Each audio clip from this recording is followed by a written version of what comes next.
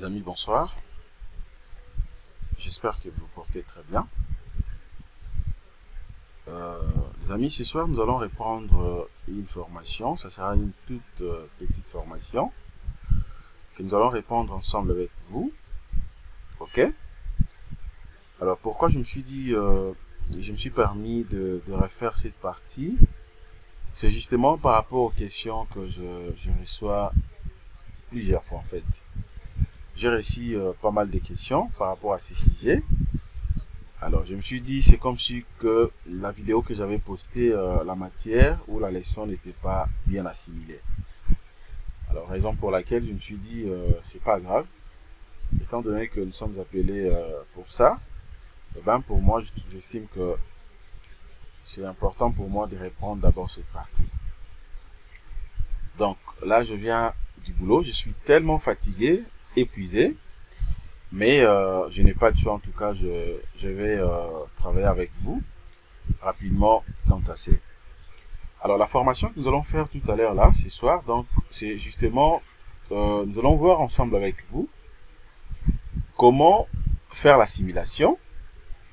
Et non seulement faire la simulation, mais comment maintenant vous serez à mesure de ressortir la facette la plus exposée. Ok? La facette ou la façade la plus exposée. C'est-à-dire comment le différencier justement à partir de ces valeurs. Parce que vous le savez très bien, quand on fait la simulation, généralement une fois qu'on définit le facette exposé, ok, on fait la simulation et ça va générer justement donc deux valeurs. Donc des sollicitations, ok, des valeurs. Alors, dans le valeur qu'on aura ici, il y a possibilité que nous puissions avoir une valeur max, mais aussi une valeur min. Le max, exactement, ça représente tout simplement donc la plus grande valeur de la simulation. Et la valeur min va représenter tout simplement la plus petite valeur de la simulation. Bien sûr, après la simulation. Maintenant, c'est en fonction de ça qu'on va comparer. OK? Par exemple, si on trouve la valeur max ici, dans cette facette, la valeur min aussi de l'autre côté, on tourne justement le bâtiment. De l'autre côté, on aura également les deux valeurs, min, max et min. Alors, maintenant, à notre niveau, nous sommes obligés au moins de comparer les deux valeurs. Je vais comparer la valeur max ici, ok, avec la valeur max que j'aurai dans l'autre facette, ok, quelle est la plus grande valeur entre les deux. Et puis, je peux également comparer la valeur min que j'aurai ici, dans cette facette. Et puis, de l'autre côté, quelle est la plus grande valeur. C'est seulement après avoir comparé donc les deux valeurs que je pourrais soit conclure entre les deux facettes. La facette la plus exposée, c'est soit cette facette ou bien l'autre facette ici. Je crois que je me fais comprendre. Alors, si par contre, qu'après avoir fait dans la simulation, on trouve que deux valeurs, ok, c'est possible aussi que nous puissions avoir que deux valeurs, dans le sens où, ça dit, une fois deux, si par exemple que les facettes sont identiques, ok, par rapport à la sollicitation, ou bien sûr par rapport justement à ce que nous allons faire comme valeur de la simulation, ça peut faire de manière assez qu'au lieu d'avoir quatre différentes valeurs, je peux avoir tout simplement deux valeurs, c'est-à-dire le max et le min. Et bien, à ce moment-là, je peux directement conclure que les deux facettes reçoivent tout simplement une même sollicitation en termes de la simulation. OK? Alors, pour faire simple, je sais que peut-être vous n'avez pas très bien compris ce que je viens de dire. Alors, nous allons passer directement à l'application. Comme ça, après juste l'application, vous aurez quand même une idée claire afin de comprendre ce que je suis en train de dire. OK? Alors, si vous êtes prêts, les amis, suivez-moi juste après ce générique.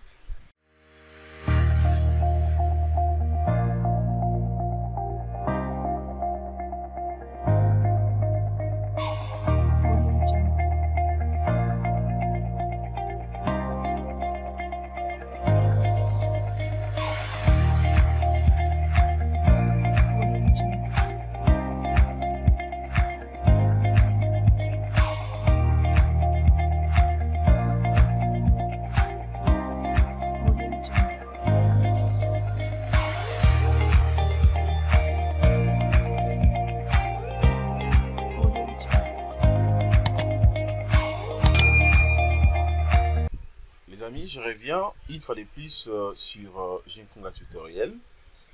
Comme je l'ai dit au début de cette formation, ensemble avec vous, nous allons reprendre donc cette partie de formation. Ok? Comment maintenant vous serez à mesure de ressortir directement la facette la plus exposée dans ce projet? Alors déjà, l'entrée des jeux, c'est qu'il faut comprendre dans ce bâtiment, d'autant plus que la forme de notre bâtiment est justement donc rectangulaire. Ok, on avait trouvé que les deux facettes les plus exposées, c'était tout simplement la façade principale ici et la façade postérieure ici. Mais tandis que la façade latérale gauche n'était pas beaucoup plus exposée, mais aussi la façade latérale droite. Ok, à la simple raison est que les deux facettes, leur portée n'est pas beaucoup plus importante par rapport aux façades principales et postérieures. Donc, quand le vent souffle dans cette direction, l'inertie des bâtiments étant renforcée, les bâtiments n'auront pas tendance de basculer vers de l'autre côté facilement. Ok, vice versa. Raison pour laquelle les deux facettes les plus exposées, on avait identifié, c'était que la façade ou la facette principale est postérieure. Alors, qu'à cela détienne maintenant, ici, nous allons faire la simulation. Nous voulons également ressortir entre les deux facettes exposées, quelle est maintenant la facette la plus exposée entre les deux. Ok? Pour les différencier, justement, nous allons donc faire recours aux valeurs de la simulation. Ok? Donc, présentement, là, ça sera un peu compliqué pour vous. Ok? Vous n'aurez pas donc ces valeurs. Mais nous allons d'abord faire la simulation et ensuite, nous allons comparer maintenant les valeurs ensemble avec moi. Alors, sans plus tarder, je vais d'abord commencer avec la simulation. C'est comme je vous avais déjà donc montré. Si je vais par exemple faire la simulation, d'autant plus que moi je vais exposer. Ok, ça dépend de la méthode dont vous voulez appliquer. Ici, moi je vais exposer d'abord mes colonnes. Ok, pourquoi je vais exposer les colonnes? C'est comme vous le savez très bien. Les colonnes étant que ce sont des éléments porteurs de la structure. Ok. Alors, j'aimerais beaucoup plus que les colonnes soient bien dimensionnées. Donc, je vais d'abord exposer mes colonnes. Alors, pour ce faire, je suis censé de faire ceci. Premièrement, je peux soit d'abord identifier toutes mes colonnes. Alors, pour ce faire, c'est simple. Je peux soit utiliser tout simplement ce tableau. Justement, donc, c'est la sélection spéciale. Je viens à partir d'ici. Je vais chercher d'abord, je cherche rapidement donc la colonne. Je viens là, je prends donc barre. Ok. Je viens ici de l'autre côté, je vais chercher la colonne. Je prends donc ça. C'est ma section de la colonne. Et puis je clique sur l'option sélectionner. Regardez, vous allez voir que toutes les colonnes seront donc sélectionnées. Je dois me rassurer au moins que c'est sélectionné. Voilà, c'est génial. Et puis de 2, je vais maintenant copier tout simplement le numéro de mes colonnes. Je fais CTRL-C. Ok. Alors, maintenant, je viens ici. Ok, je clique sur chargement. Je descends sur la simulation. Déjà, je vous avais montré la différence qui existerait entre le fait d'appliquer le fait du vent normalement, mais aussi le fait de faire la simulation. Ok, pour en savoir plus, je vous prierai justement de jeter un coup d'œil sur la chaîne YouTube. Vous allez voir donc la vidéo que j'ai postée là-dessus par rapport à ce dont je viens de parler. Je clique sur générer, ou génération de charge. Bien sûr, par rapport à la simulation, je vais patienter. Regardez, soyez très attentifs. Vous allez voir que c'est pas compliqué. Ok. Voilà. Et voilà maintenant ce que je viens d'obtenir jusque là. Alors, je peux même séparer tout simplement les fenêtres. Je vais séparer les fenêtres pour que ça soit beaucoup plus clair. Ok, comme ça ici, vous aurez au moins la possibilité de voir ça très bien. Comment est-ce que les bâtiments, ok. Nous allons donc faire justement la simulation du vent. Ok, de l'autre côté, vous avez donc cette cage, ok. Ça nous donne tout simplement l'aperçu de bien comprendre ce que nous allons faire. Alors, étant donné que cela est sélectionné, je suis obligé maintenant de visualiser rapidement l'observateur à partir d'ici. Ça, c'est la facette, ok, les deux facettes exposées. Alors, ce que je fais maintenant, c'est quoi? Comprenez seulement que la procédure que moi je suis en train d'appliquer ici, je vais justement ressortir directement la facette la plus exposée. Ok? La facette la plus exposée. C'est-à-dire quoi? Une fois, déjà, je vous ai très bien dit que les deux facettes exposées dans ces projets, c'est tout simplement la façade principale et la façade postérieure. Mais qu'à cela détienne, je vais faire maintenant la simulation afin de me rassurer entre les deux facettes quelle est la facette la plus exposée. Ok? Ça me donne quand même une idée pendant le dimensionnement. Je saurai au moins quelle est la zone beaucoup plus à craindre pour avoir plus de précision dans les dimensionnements. Ou carrément pendant que je vais faire soit la combinaison. Voilà. Je crois que là déjà c'est bon. Maintenant, ce que je suis obligé de faire c'est quoi? Étant donné que j'ai scindé en fait la fenêtre en deux. Ok? Maintenant, je peux aller directement sur les tableaux de la simulation du vent. Ok? Les tableaux de la simulation du vent. C'est-à-dire quoi? Je peux venir soit directement ici. Ok? Je peux venir directement ici. Mais je réponds. Peut-être vous allez regarder ici. Vous n'allez pas voir le numéro justement des poteaux ou des colonnes que j'avais sélectionnées. Comprenez que j'ai déjà tous mes numéros, dont les numéros des colonnes ont été sélectionnés bien avant, puisque j'avais fait donc disons comment, j'avais sélectionné ça en travers justement l'option CTRL C, comme vous le savez. Ok, c'est déjà donc gardé quelque part. Alors, maintenant, qu'est-ce que je fais maintenant? Et maintenant, c'est que je vais faire ici. D'abord, par rapport à la disposition, ça je vais enlever. Je vais appliquer ça tout simplement suivant donc les deux facettes. Regardez les directions que moi je vais prendre ici. Je prends ça, l'autre direction aussi. Bon, je peux également confirmer. Ok. L'inclinaison ici. Maintenant, par rapport à la vitesse, je prends 28. Je descends maintenant au niveau de l'élément en question. Je vais tout enlever. Je fais maintenant cette fois-ci CTRL V. Afin de placer donc le numéro de mes colonnes. Ok.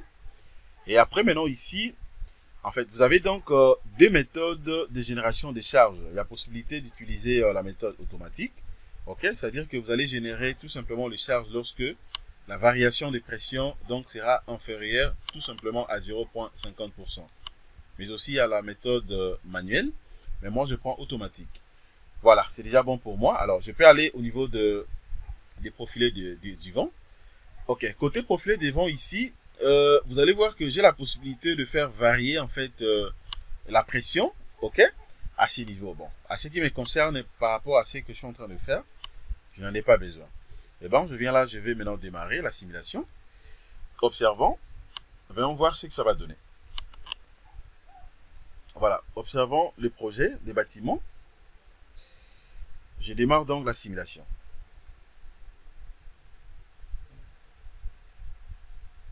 Voilà, donc je vais patienter. Donc jusqu'à là, je viens tout simplement de démarrer la simulation. Ok. Le temps que ça arrive jusqu'à la fin. Et après, maintenant, je pourrais aller comparer le valeur comme je l'avais dit au début. Mais à ce stade, je fais rien du tout. Ok. J'observe tout simplement l'évolution de la simulation. Sachez-le bien que la simulation se déroule tout simplement. Et état par état. Donc, il faut suivre beaucoup plus de tableaux du processus ici. Ok. Regardez donc ça commence justement au niveau de la façade principale. Vous voyez ici, ça commence vraiment au niveau de la façade principale. Et donc là, je patiente encore une fois de plus. Ça, c'est que je reçois comme message ici. Ok. Voilà, comprenez que j'avais déjà fait en fait la simulation. Ça, c'est la deuxième simulation que je viens de refaire. C'est justement pour vous montrer et ce qu'il faut faire, d'autant plus que j'ai reçu beaucoup de questions par rapport à ça. Ok. Cette opération peut modifier la base de données contenant les informations sur la structure. Elle peut également changer les résultats des calculs et non actuels. Voulez-vous continuer? J'accepte. Ok. J'accepte cette fois-ci tout simplement pour vous montrer en fait ce dont je viens de parler. Je vais patienter. Voilà, donc ça continue. Là déjà, je suis au niveau de la génération de charge Y positive, ok, dans l'état du processus. C'est suivant donc la façade postérieure. dans l'autre sens et ça continue. Je vais tout simplement patienter jusqu'à la fin. Et donc voilà, cas de charge généré. Alors là, je viens de terminer complètement la simulation. Je peux tout simplement cliquer sur OK. Et puis ça également, je peux enlever. Je vais faire aussi ça. Et je peux enlever directement puisque là, je finis la simulation. Voilà. Je vais patienter d'abord.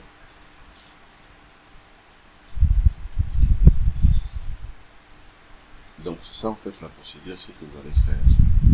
Alors une fois terminé la simulation maintenant, je vais vérifier rapidement tout ce que j'avais choisi comme direction de la simulation. Voilà, et tant que ça tourne, je vais patienter.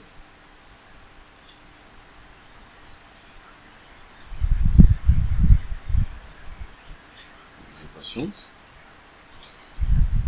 Alors pour vérifier, c'est pas compliqué, c'est vraiment simple. C'est-à-dire que vous allez choisir cas de simulation par cas de simulation et vous vérifiez maintenant la valeur max et la valeur min de chaque cas. Vous voyez? Je peux faire ça ensemble avec vous. Voilà, je vais patienter puisque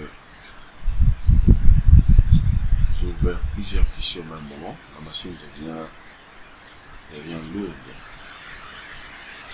Donc c'est-à-dire, c'est comme ça en train de dire, c'est vrai que pour notre cas ici, on n'avait que deux facettes exposées, principale et postérieure, et d'autant plus qu'on avait choisi, je crois, ça va faire 6 directions, ok, la direction principale, postérieure, ainsi que les angles également, on avait pris ça, et donc vous allez tout simplement venir ici, vous venez ici, ok. Vous commencez maintenant à choisir cas par cas. Prenez par exemple le cas, premier cas, simulation. Vous vérifiez directement et donc ces valeurs, c'est-à-dire la valeur max et min.